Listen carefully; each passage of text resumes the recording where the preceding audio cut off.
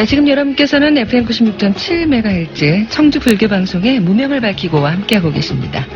이번 순서는 관음산 자비정사 주지이신 일봉스님과 함께하는 경전공부 시간입니다.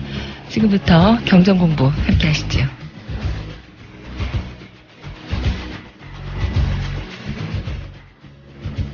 예, 안녕하세요. 관음산 자비정사 서길봉입니다. 지금 우리의 삶에 버거움이 느껴진다면 그것은 아마 지금보다 더 나은 삶을 원하는 집착의 무게 때문이 아닌가 하는 그런 생각이에요. 어찌 보면 우리는 자칫 행복을 찾겠다 하는 그런 집착으로 인해서 오히려 진정한 행복을 느끼지도 못한 채 일생을 보내고 있는 건 아닌가 하는 마음이기도 하지요. 한 가지 분주한 고비를 넘기면 다소는 여유롭고 차분한 마음으로 행복해질 것이다 하는 기대를 하지만 정작 어떠한 일이 해결이 된 뒤에는 또다시 다른 일들이 한없이 밀려오기 때문에 아마도 우리는 죽는 그 순간까지도 처리해야 한다거나 또한 끝나지 못한 일들로 쉴 틈이 없으리라는 생각이지요. 그러나 정작 우리가 바쁘다라고 하는 대부분의 어떤 일상들은 어쩔 수 없이 겪는다거나 또한 기다려야 하는 그런 일들이 적지 않고 막상 다급한 일들은 얼마 되지도 않는데 바쁘다는 생각만으로 어수선을 떨면서 많은 시간을 낭비하곤 하지요.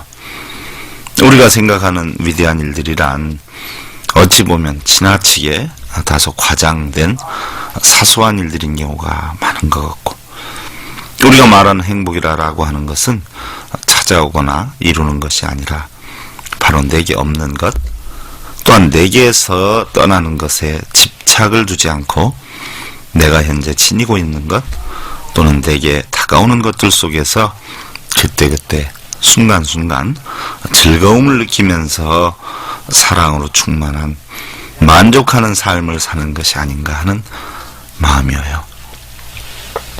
오늘도 부처님의 진리로 행복을 심어주는 청주 BBS 불교방송 무명을 밝히고의 경전교리 반야SM 시간을 통해서 여러분들께 인사를 드립니다. 관음산 자비정사 서길봉입니다. 옛날 부처님께서 중림정사에 계실 때 다음과 같은 두 가지 비유를 들어서 법문을 하셨어요.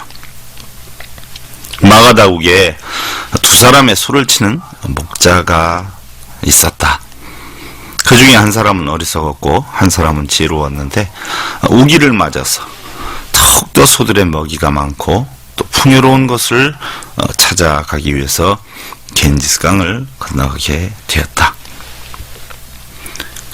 어리석은 목자는 강의 깊이와 물살의 정도도 살피지 않은 채 자기 생각대로 무조건 솥대를 몰아서 강을 건너게 되었다.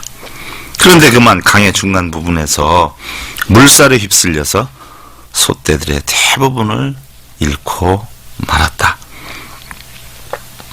그러나 지혜로운 목자는 솥대를 강물에 들여보내기 전에 여러 가지 상태를 잘 관찰하여서 이쪽과 저쪽의 언덕을 살피고 또한 강폭이 좁으면서도 물살이 약한 곳을 찾아서 또 솥대 가운데에서도 힘이 세고 잘 길들여진 소들을 앞장 세우고 그 다음엔 암소와 또 그 다음엔 어린 소를 그리고 중간 소를 나중에 보내서 차례로 해서 무사히 강을 건너게 했다. 비구들이여, 수행자나 종교 지도자들도 이와 같다. 잘못된 믿음이나 수행을 하고 있는 종교인들은 이쪽 세계나 저쪽 세계를 잘 관찰하지도 않고 건너는 장소나 방법도 잘 모른다. 그러니 그들을 믿고 강을 건너려 하다가는 오히려 큰 불행을 자초하게 될 것이다. 그러나 바른 지혜를 가진 종교인은 이쪽 저쪽을 잘 살펴서 건널 곳과 물살의 깊이를 잘 헤아리고 또한 적절하게 건너는 방법도 잘 알기 때문에 사람들을 안전하게 행복의 언덕에 도달할 수 있도록 한다. 그러면 어떤 사람이 지혜로운 종교인인가? 그것은 탐진치의 삼독을 끊고 바른 깨달음을 성취한 사람이다. 가바음의 모구장에 나오는 부처님 말씀을 인용해 보면 대중을 가르치고 이끄는 사람들의 책무는 매우 크다 하는 생각이죠. 한 사람의 지도자가 어떻게 말을 하고 또한 어떻게 이끄느냐에 따라서 대중들의 운명이 좌우가 되고 혹여 잘못된 판단을 한다면 그를 믿고 따르는 사람들은 영문도 모른 채 나락으로 떨어지기 때문이에요. 그래서 대중의 지도자는 여러 가지 방법으로 능력과 자질이 검증되어야 한다라는 것인데 사람의 능력이라고 하는 것은 이를 경험해보지 않고는 잘 드러나지 않는다는 것이에요. 의욕이나 또한 겉으로 보여지는 어떠한 모습, 외형, 이름, 명예 이런 거를 보면 잘할 것만 같아도 실제로는 그렇지 못한 경우가 많고 또한 잘하는 것 같아도 자신의 사리사욕을 위한 감언이설로 잘못 이끄는 그런 지도자들도 적지 않다는 것이죠. 그럼 부처님께서 말씀하신 대로 첫째, 불교라고 하는 분야에 대해 전문적인 식견과 지혜가 있느냐 하는 것을 살펴봐야 된다는 것이에요.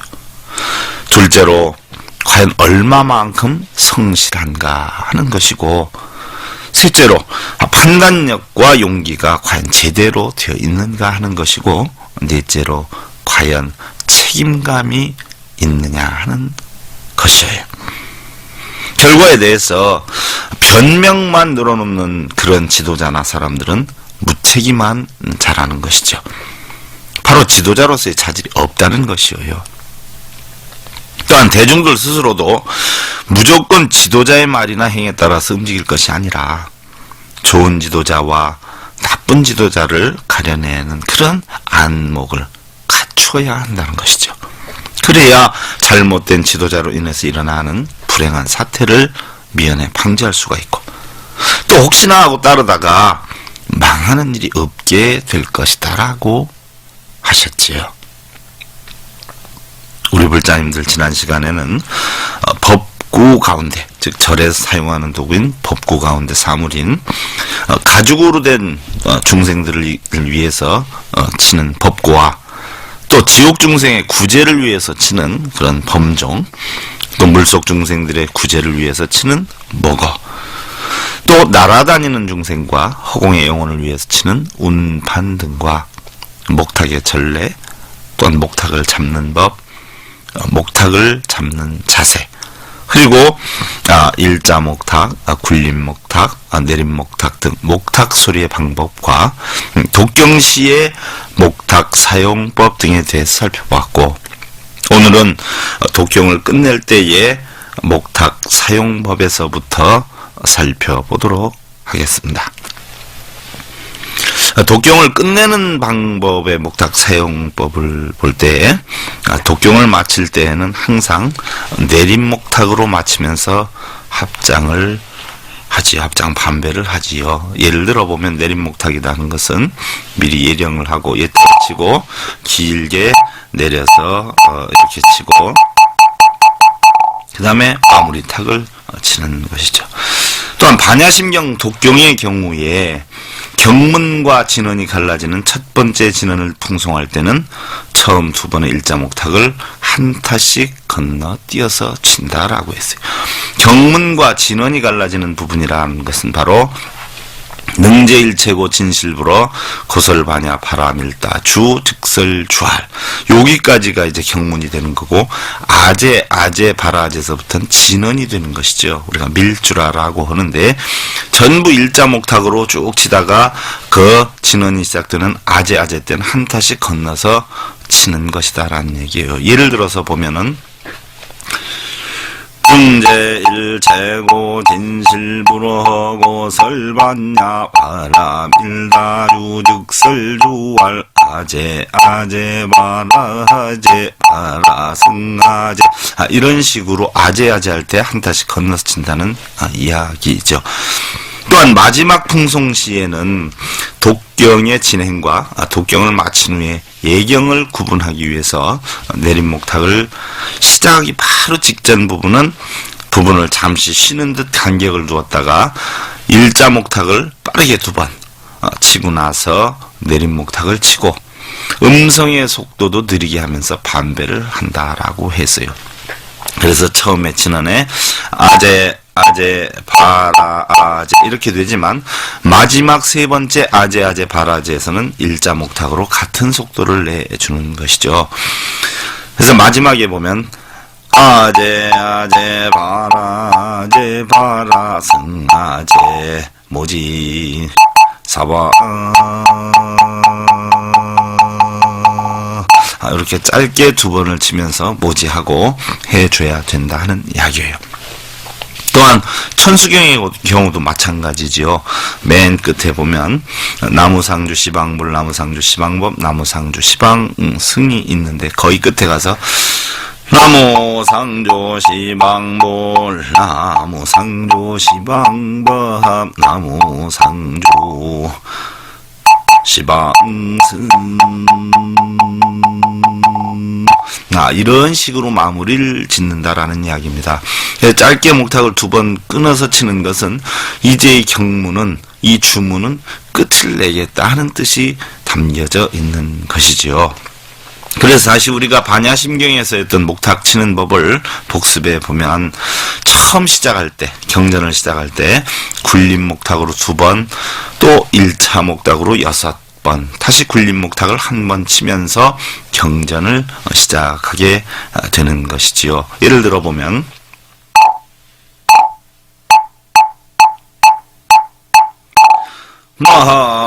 마하바냐바라 밀다 심경과 한자재보살 심판야바라 밀다 시조견오. 이렇게 쭉 내려가게 되죠. 그러다가 이제 경문과 진언이 바뀔 때 능제일 제고진실부러 고살반야바라 밀다 주즉살 주알라제아제 바라제바라 승아제 무지서와 하다 끝에 가서 맨 마지막 진언 부분인 아제아제 바라제, 여기에서 이제 2번 끊어서 치는 것이 되는데 하제 하제 바라 하제 바라 승아제 모지 사와 요렇게 해서 마무리를 짓는다라는 이야기예요. 또 우리가 일반적으로 법회시의 목탁 사용법을 살펴보면 절을 할 때에는 대중의 주의를 환기시키기 위해서 먼저 굴림목탁을 1번 울린 다음에 내림목탁을 치게 되는데, 반배를 할 때는 반배하는 시간이 짧으니까 내림목탁을 짧게 치고, 또 큰 절을 할 때는 시간이 길기 때문에 조금 더 길게 내려쳐서 절의 속도와 같도록 한다라는 이야기지요. 예를 들면 바로 굴림목탁을 먼저 1번 치고 합장 반배를 할 때는 짧게 해서 내림목탁을 치죠. 그런데 절을 할 때는 앉았다 일어나는 시간이 있기 때문에 조금 더 길게 치게 되는 것이에요.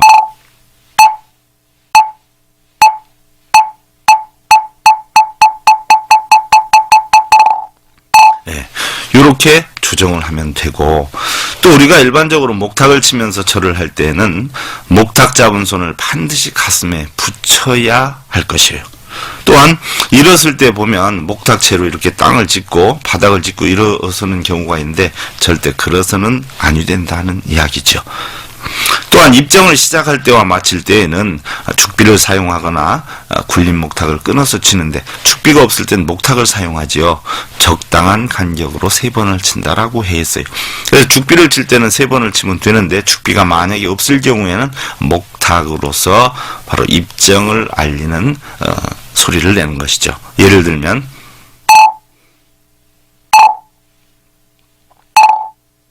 이런 식으로 입장을 알게 되죠. 또한 찬불가를 우리가 부를 때 보편적으로 노래를 마칠 때 마지막 소절에만 내림목탁을 치는데 노래 끝의 적당한 소절부터 내림목탁을 치고 또 반배를 하여서 목탁 소리와 노래 소리의 끝이 거의 일치가 돼야 되는 것이 원칙이에요. 어떤 경우에 보면 노래를 끝내놓고 나중에 목탁을 치는 경우도 있고 아니면 목탁을 너무 끊어서 쳐서 목탁 소리가 끝났는데도 노래 소리가 나오는 경우가 있는데 그래서는 듣기가 조금 거북하다는 이야기죠. 그래서 예령을 치면서 노래의 끝과 목탁의 끝이 거의 맞아야 된다라는 이야기예요. 그래서 삼귀 같은 경우 보면 거룩한 부처님께 귀합니다. 거룩한 가르침에 귀합니다. 거룩한 스님들께 귀합니다. 라고 했을 때 거룩한 스님들께 귀합니다. 이렇게 맞추면 되고, 사홍서원에서도 보면, 중생을 다 건지호리다. 이렇게 해서 노래 끝과 목탁 끝이 거의 맞는 것이 원칙이다라는 이야기죠.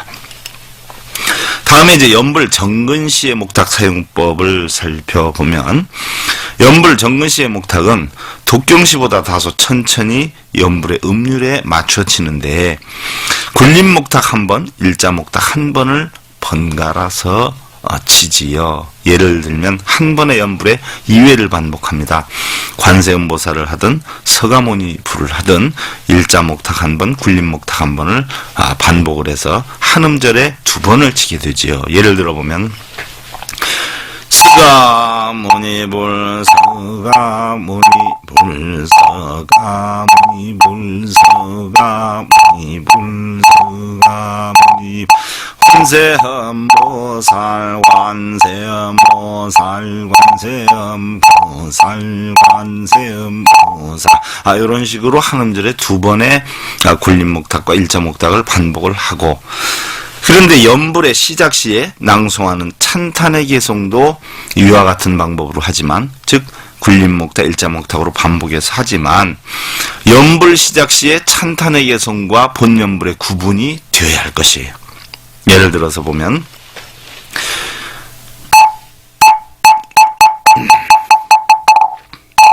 나무 영산불멸 학수상존지야 분사서가모니 불서가모니 불서가모니 불서가모니 이렇게 찬탄과 정근 들어가기 직전에 서가모니불 하면서 딱딱 따라락 쳐줬는데 이렇게 구분을 시켜줘야 된다는 얘기예요. 또한 연불을 끝날 때에도 마찬가지로 끝낸다는 것을 알리는 예령이 있어야 되고 또한 연불이 끝난 후에 탄백 때에도 독경과 같은 음률로 낭송하기 때문에 1차 목탁을 치고서 탄백의 끝에는 반배를 하기 위한 내림목탁을 쳐줘야 된다는 거죠. 예를 들어서 보면 정근을 쭉 하다가 마무리 질 때 보면 서가모니불 서가모니불 서가모니불 서가모니불 서가모니불 서가모니불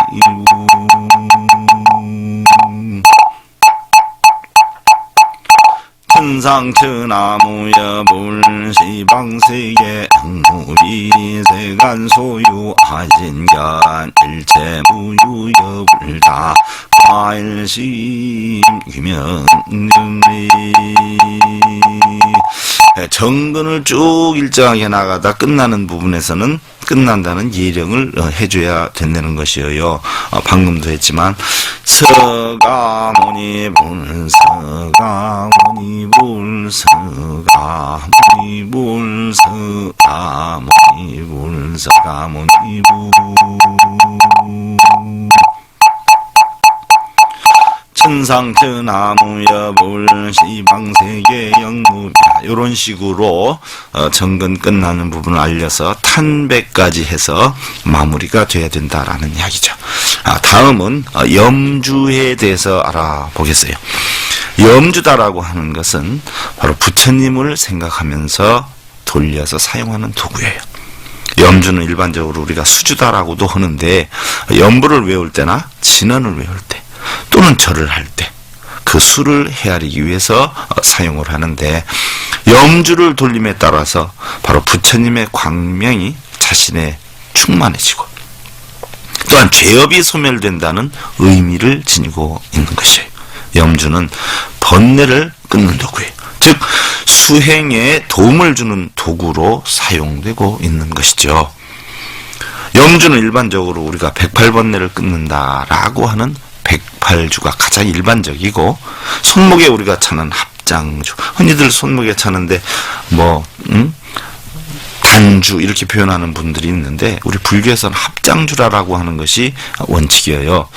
또한 염불이나 천배 등에 쓰이는 1080주, 이걸 상품주라 그러죠. 또한 염주를 보면 염주에는 모주가 있어요. 큰 구슬이 있는데 그 안에 이렇게 보면은 부처님상이나 보살상이 담겨져 있죠.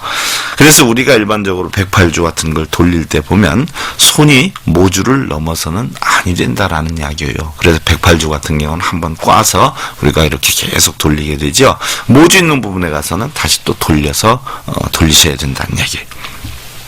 염주의 시초를 보면 불설 목환자경에 보면 난국의 파유리왕이 부처님께 사신을 보내어서 사렸어요. 세존인시여, 저희 나라는 해마다 도적과 병과 흉년으로 백성들의 고통이 말이 아닙니다. 저는 편할 날이 없고 밤에도 잠을 이루지를 못하고 있습니다. 부처님의 가르침은 넓고 깊으니 특별한 자비를 베푸시어서 저희 같은 사람들에게도 쉽게 수행할 수 있도록 간단한 방법을 가르쳐 주옵소서라고 했어요. 부처님께서는 만약에 번뇌의 장애와 업보의 장애를 없애고자 하거든 무한나무, 목환자나무라 그러죠.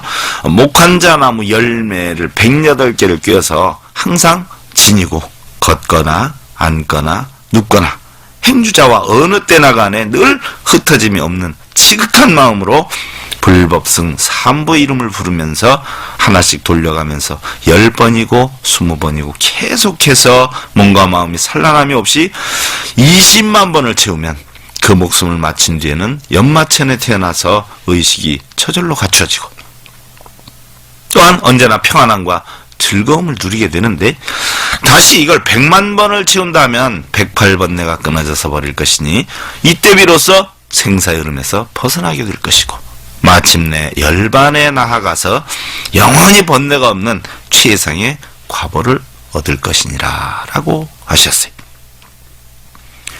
이래서 파유리왕은 부처님의 말씀대로 108염주를 만들어서 돌리게 되었고 그러다 보니까 나라의 평안함이 형성이 되었어요.